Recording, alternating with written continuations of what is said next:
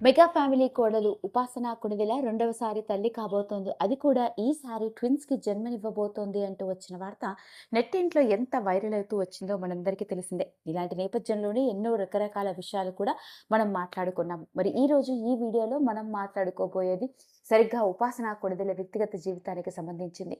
ఆమె ఎప్పుడైతే రెండవసారి తల్లి కాబోతోంది అన్న నేపథ్యంలోనే తనకి సంబంధించిన వ్యక్తిగత జీవితానికి సంబంధించిన ఎన్నో రకరకాల విషయాలు మనకు తెలియనివి ఇంకొకసారి నెట్టింట్లో ఆసక్తికరంగా వెలుగులోకి రావడంతోనే ఇప్పుడు ఈరోజు నేను మీ ముందుకు తీసుకొస్తున్న అలాంటి ఇంకొక విషయం. ఉపాసన కొణిదెల వ్యక్తిగత జీవితంతో కూడుకున్న విషయం. ముఖ్యంగా ఉపాసన కొణిదెల తమ్ముడు ఎవరో, అతడు ఏం చేస్తూ ఉంటాడో తెలిస్తే ఆశ్చర్యపోవలసిందే. మరి ఈరోజు ఈ వీడియోలో మనం మాట్లాడుకోబోయేది ఆ విషయం గురించి. ఇక ఉపాసన కొణిదెల గురించి కనుక మాట్లాడుకున్నట్లయితే మెగా ఫ్యామిలీ కోడలు మాత్రమే కాదు, అపోలో గ్రూప్ ఆఫ్ హాస్పిటల్స్లోని ఓ వింగ్కి డైరెక్టర్గా వ్యవహరిస్తున్న సంగతి మనందరికీ తెలిసిందే.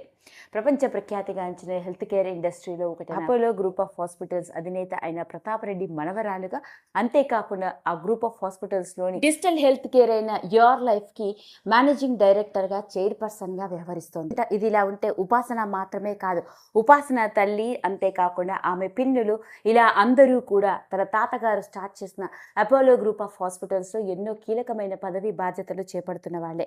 మరి ఇది ఇలా ఉంటే మనం ఎన్నో సందర్భాల్లో ఉపాసన తన తల్లిదండ్రులతో, తనకి ఇష్టమైన తన చెల్లెలు అంశుపాల గురించి, ముఖ్యంగా తన ఫ్యామిలీ గురించి ఎన్నో రకరకాల విషయాలు పంచుకుంటూ వచ్చింది. కానీ పెద్దగా తన తమ్ముడు గురించి మనకు తెలియదనే చెప్పాలి. నిజాన్ని చెప్పాలి అంటే ఉపాసనకి చెల్లెలతో పాటు ఒక తమ్ముడు కూడా ఉన్నాడు. ఇక ఇతడి పేరు పునాష్ కామినేని. ఇతడు ఉపాసనకి మరియు అంశుపాలకి తమ్ముడు. అలాంటి పునాష్ కామినేని ఏం చేస్తున్నాడో తెలిస్తే ఆశ్చర్యపోవలసిందే. పునాష్ కామినేని గురించి కనుక మాట్లాడుకున్నట్లయితే ఇతడు పోస్ట్ గ్రాడ్యుయేషన్ని అమెరికాలోని బ్రయాన్ యూనివర్సిటీలో కంప్లీట్ చేశాడు.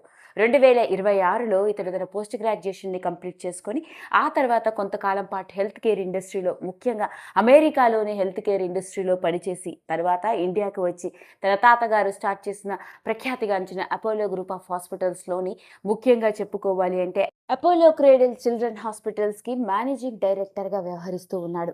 అంతేకాకుండా సొంతంగా ఇండియాలోనే లీడింగ్ ఫార్మస్యూటికల్ డిస్ట్రిబ్యూషన్ కంపెనీ అయిన కీమేడ్ ఫార్మస్యూటికల్ ప్రైవేట్ లిమిటెడ్ అనే ఒక డిస్ట్రిబ్యూషన్ కంపెనీని స్టార్ట్ చేసి దాదాపు ఇండియాలో 70,000కి పైగా ఫార్మసీ స్టోర్స్కి మెడికల్ డిస్ట్రిబ్యూటర్గా వ్యవహరిస్తూ ఉన్నారు ఈ కంపెనీ ద్వారా.